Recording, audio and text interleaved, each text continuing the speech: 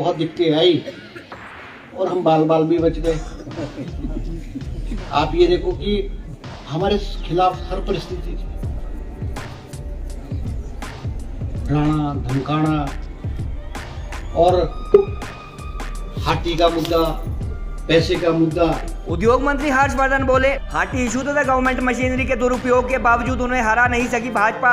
अपने विधानसभा क्षेत्र शिलाई के रोनहाट में इंडस्ट्रीज मिनिस्टर ने वेलकम रैली को किया संबोधित। अपने प्रतिद्वंदी उम्मीदवार एवं शिलाई के वरिष्ठ भाजपा नेता के लिए फिर किया दलाल शब्द का इस्तेमाल। पब्लिक मीटिंग में हर्षवर्धन ने नाम लेकर कुछ भाजपा समर्थित कर्मचारियों को ठीक करने की भी बात कही। भाषण में हर्षवर्धन ने उनके गाँव चेयोग में 50,000 में 3 बोर्ड लिखने व 500 कर्मचारियों से लोटा नून करवाने का जिक्र भी किया। पीएम व होम मिनिस्टर की रैलियों के लिए पूर्व सरकार द्वारा सरकारी बसों के इस्तेमाल तथा कर्मचारियों की नियुक्ति करने को बताया सरकारी मशीनरी का दुरुपयोग। कांग्रेस के मुख्य स्तंभ को जिताने के लिए मंत्री ने नदौन, हरोली व शिलाई विधानसभा क्षेत्र की जनता का आभार जताया। इंडस्ट्रीज मिनिस्टर के अनुसार प्रदेश सरकार पर 75,000 करोड़ का कर्ज होने के चलते विकास में पैदा हुई बाधा, 50,000 के करीब लोगों के रोजगार से जुड़े एसीसी व अंबुजा सीमेंट प्लांट बंद करने के लिए ख्याति प्राप्त उद्योगपति अडानी के खिलाफ कार्यवाही की बात कही। उद्योग मंत्री के अनुसार उन्होंने भाजपा के चारों उपचुनाव में हार की बात कर दी थी। हिमाचल में मिशन रिपीट फेल होने की राजनीतिक भविष्यवाणी। हर्षवर्धन द्वारा भाजपा व भाजपा समर्थित कर्मचारियों को चेताए जाने के दौरान लोगों ने लगाए जिंदाबाद के नारे। हिमाचल के उद्योग मंत्री एवं शिलाई के विधायक हर्षवर्धन चौहान ने आज अपने हलके के उप तहसील मुख्यालय रोनहाट में आयोजित स्वागत एवं धन्यवाद सभा में विरोधियों पर चुन चुन कर वार किए। उन्होंने कहा कि 2 माह पूर्व हुए विधानसभा चुनाव में उन्हें हराने के लिए न केवल गिरिपाल को एसटी स्टेटस अथवा हाटी मुद्दे का गलत इस्तेमाल किया गया, बल्कि पैसे पर शराब के साथ साथ गवर्नमेंट मिशनरी का भी जमकर दुरुपयोग हुआ। भाजपा तथा हाटी समिति नेताओं से बिना नाम लिए सवाल करते हुए उन्होंने कहा कि लोकसभा से संबंधित बिल पास होने के बावजूद राज्यसभा में किस लिए अटका है और अब अगले साल होने वाले लोकसभा चुनाव के दौरान फिर से इस मुद्दे को बाहर निकाला जाएगा। हिमाचल कांग्रेस के 3 बड़े स्तंभ और नेताओं को जिताने के लिए उन्होंने नदौन, हरोली व शिलाई विधानसभा क्षेत्र की जनता का आभार जताया और पूर्व सरकार पर चुनाव में सत्ता का दुरुपयोग कर जनता को डराने धमकाने के भी आरोप जड़े। गत विधानसभा चुनाव के बाद हर्षवर्धन ने आज एक बार फिर अपने प्रतिद्वंदी एवं शिलाई के वरिष्ठ भाजपा नेता को दलाल करार दिया और उन पर इलेक्शन में पैसे व शराब के दुरुपयोग के साथ साथ करीब 500 कर्मचारियों से भाजपा के समर्थन में लोटे नोनत व देवता की कसम करवाने के आरोप लगाए। इतना ही नहीं, उद्योग मंत्री ने उनके गांव चेयोग में भाजपाइयों द्वारा 50,000 रुपए में 3 वोट खरीदने के भी आरोप लगाए। हालांकि जानकारी के अनुसार इस बार इलेक्शन कमीशन अथवा हिमाचल सरकार की किसी भी संबंधित एजेंसी के पास शिकायत दर्ज होना बाकी है। इससे पहले 2 फरवरी को अपने विधानसभा क्षेत्र शिलाई न आ पाने का कारण मंत्री ने उनका व्यस्त होना अथवा मुख्यमंत्री द्वारा उन्हें बड़ी जिम्मेदारी सौंपा जाना बताया। जनसभा में उन्होंने कहा कि हजारों लोगों के रोजगार से जुड़े देश व दुनिया के बड़े उद्योगपति अडानी के एसीसी व अंबुजा सीमेंट प्लांट बंद किए जाने के मुद्दे पर उनके खिलाफ कार्यवाही की जानी है और इसकी जिम्मेदारी सीएम द्वारा उन्हें सौंपी गई है। भाजपा समर्थक कर्मचारियों का जिक्र करते हुए उन्होंने कुछ शिक्षकों के नाम भी लिए और कहा कि ऐसे लोगों को ठीक करना उनकी प्राथमिकता रहेगी। उन्होंने कहा कि बुजुर्गों व दिव्यांग मतदाताओं द्वारा कांग्रेस को दिए गए काफी वोट को चुनाव ड्यूटी पर तैनात कर्मचारियों ने जानबूझकर खराब किया और इनमें कई वोट को वेरीफाई ही नहीं किया गया। उन्होंने शिलाई विधानसभा क्षेत्र की मतगणना के दौरान भाजपा उम्मीदवार बलदेव तोमर के आगे चलने पर चर्चा कर रहे मास्टर अथवा शिक्षक की बात भी बताई और उनके द्वारा अपने खर्चे पर एक टीचर की नियुक्ति किए जाने का विरोध कर रहे एक शिक्षक के बारे में भी चर्चा की। इसके अलावा हर्षवर्धन ने वर्तमान प्रदेश सरकार पर पिछली गवर्नमेंट द्वारा 75,000 करोड़ का कर्ज छोड़े जाने की बात भी दोहराई और इसे सूबे के विकास में बड़ी बाधा बताया। उन्होंने कहा कि पूर्व प्रदेश सरकार द्वारा आखिरी साल में खोले गए 900 के करीब इंस्टीट्यूट व ऑफिस बंद कर सुक्खू गवर्नमेंट ने करीब 5,000 करोड़ सालाना खर्च बचाया है और ओल्ड पेंशन स्कीम की बहाली की मांग चुनावी वादे के मुताबिक फर्स्ट कैबिनेट में ही पूरी की जा चुकी है। गौरतलब है कि वर्तमान प्रदेश सरकार द्वारा डिनोटिफाई अथवा बंद किए गए संस्थान को लेकर अब तक लोग असमंजस में है, क्योंकि मुख्यमंत्री सुखविंदर सुक्खू ने एक बयान में इनकी संख्या करीब 560 बताई थी, जबकि नेता प्रतिपक्ष एवं पूर्व मुख्यमंत्री 530 और उद्योग मंत्री 900 संस्थान बंद किए जाने की बात कह रहे हैं। उन्होंने पूर्व प्रदेश सरकार के कार्यकाल में प्रधानमंत्री व गृह मंत्री की रैलियों के लिए सरकारी बसों के इस्तेमाल व सेक्रेटरी, जीआरएस, बीडीओ व तहसीलदार जैसे कर्मचारियों की नियुक्ति को लेकर भी भाजपा नेताओं को खूब खरी खोटी सुनाई। स्थानीय भाजपा नेताओं व भाजपा समर्थित कर्मचारियों व शिक्षकों को आड़े हाथों लेने के बाद उन्होंने यह भी कहा कि विधायक व मंत्री बनने के बाद अब वह कांग्रेस अथवा पार्टी विशेष के लिए काम नहीं करेंगे। हालांकि इस दौरान पार्टी कार्यकर्ताओं का पूरा ध्यान रखने की बात भी उन्होंने कही। और हम हिमाचल की जनता का धन्यवाद करना चाहेंगे कि उन्होंने कांग्रेस पार्टी की नीति में, कांग्रेस पार्टी के कार्यक्रम में, कांग्रेस पार्टी के नेतृत्व में जो है वो अपनी आस्था व्यक्त की। मैं बोलता था ये जो चुनाव है ये ईमानदारी और भ्रष्टाचार का चुनाव है। ये जो चुनाव है ये सच्चाई और झूठ के बीच का चुनाव है। जीत जो है वो ईमानदारी की होती है। इसमें कठिनाई आई, बहुत दिक्कतें आई और हम बाल बाल भी बच गए। आप ये देखो कि हमारे खिलाफ हर परिस्थिति थी, डराना धमकाना और हाथी का मुद्दा, पैसे का मुद्दा, शराब का मुद्दा और पोलिंग बूथ के जो कर्मचारी थे वो भी ऐसे लोग लगाए गए जिसका हिसाब नहीं। जब काउंटिंग हो रही थी मैंने देखा बहुत सारे वोट रिजेक्ट हो गए, बहुत वोट रिजेक्ट हो गए। जब मैंने उनको फॉर्म देखा तो जो प्रिजाइडिंग अफसर है, जो हैंडीकैप्ड और बुजुर्गों के वोट डालने घर घर गए, अधिकतर वो उसने क्या किया, जो प्रिजाइडिंग अफसर ने साइन ही नहीं किया, वेरीफाई नहीं किया। अब घर में जाकर के जो हैंडीकैप्ड या बुजुर्ग है उसको कोई आइडेंटिफाई वेरीफाई तो नहीं कराएगा किसी अधिकारी के। जिसको सरकार ने डिप्यूट किया है, जिसको भेजा है, उसका काम है उसको आइडेंटिफाई वेरीफाई करना वहां पे। और वो तो मैंने 25-30 तो ऐसे देखे खाली, क्योंकि उसने देख लिया कि उस कर्मचारी ने कांग्रेस पार्टी को वोट डाल दिया और उसने उसको वेरीफाई नहीं किया कि ताकि जो वोट है वो रिजेक्ट। आज मेरा 8वां चुनाव था, मगर जिस घटिया स्तर पे, जिस निचले स्तर पे जो है ये वाला चुनाव हो गया, मुझे लगता है ना इस शिलाई के और हिमाचल के इतिहास में ना कभी हुआ होगा और ना कभी आने वाले समय में जो है ये होगा। मेहनत और परिश्रम से जो है हम जो है यहाँ पे मुझे जो है वो जीत हासिल हुई और हाथी का मुद्दा चला गया। मैं आज एक ही प्रश्न पूछता हूँ आपसे, आज हाथी कहाँ है? आज क्या हम ट्राइबल डिक्लेयर हो गए हैं? आज क्या हम ट्राइबल डिक्लेयर हो गए? और 2022 में 14 सितंबर को जिस दिन मेरा जन्मदिन था, उस दिन केंद्रीय मंत्रिमंडल ने उसको पास किया, 5 राज्यों के केसों को मोहर लगाई। अगर वो चाहते तो 1 महीने तक 2 अक्टूबर 2022 में आचार संहिता लगी, राष्ट्रपति से करवा सकते थे। मगर आज शिलाई क्षेत्र में पैसे की मानसिकता है। आज वोटों को खरीदने की बात होगी।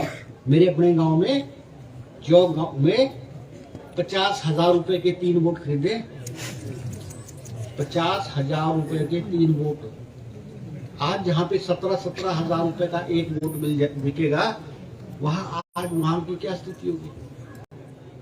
प्रधानी के चुनाव से गिरावट आई है। हम जो प्रधानी के चुनाव में बकरे काटना, खाना खर्चा करना, ये हम खुद आज इसके जिम्मेवार हैं।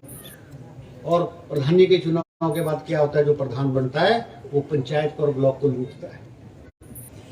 भ्रष्टाचार का जो ब्लॉक में नंगा नाच है वो हम सबको पता है। मैंने तो ये लड़ाई पहले भी लड़ी है और मेरे को झूठा बनाया गया।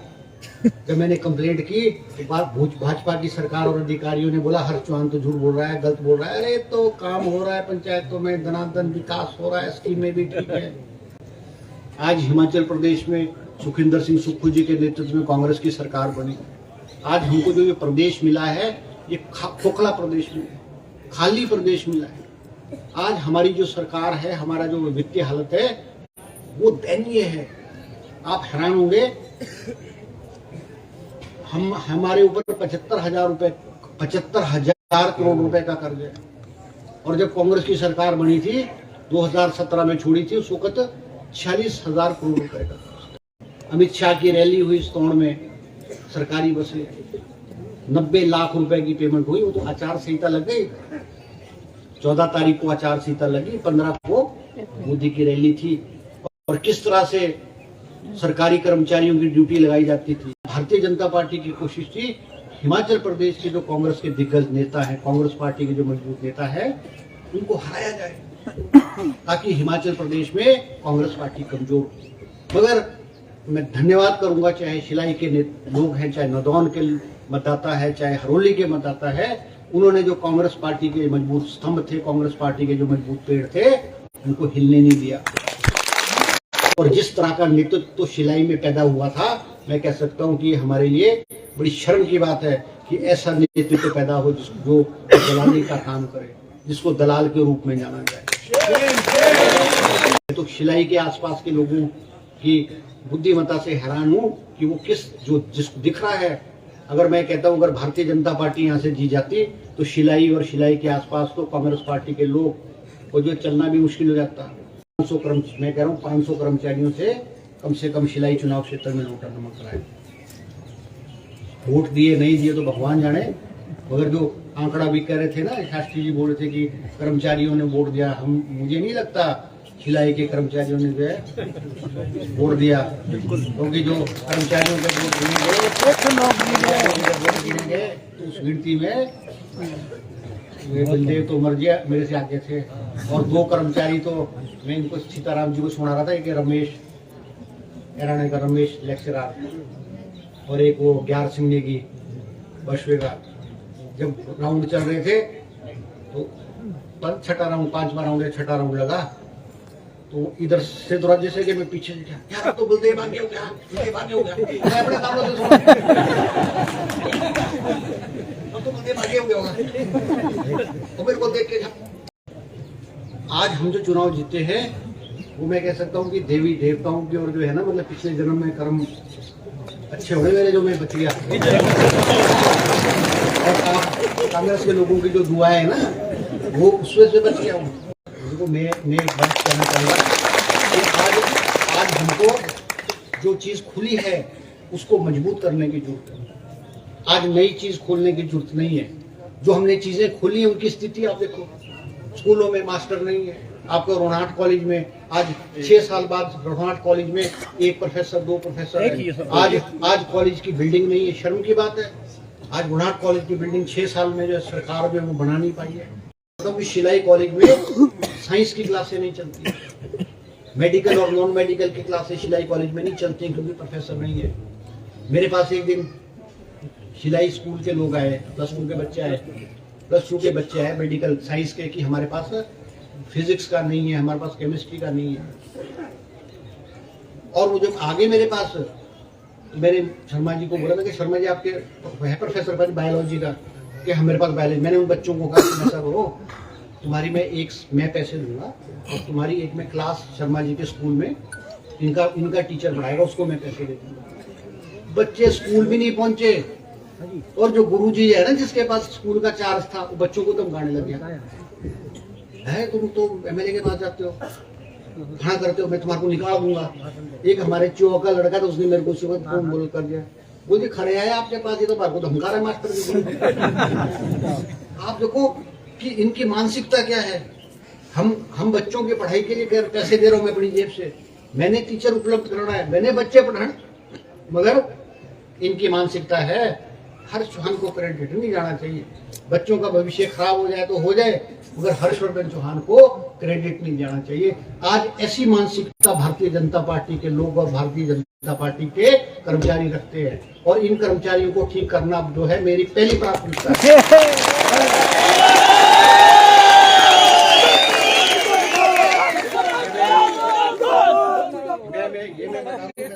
बहुत नरम रखता था कि नहीं यार चलो कोई नहीं, मगर कांग्रेसियों को इन्होंने बहुत सताया है,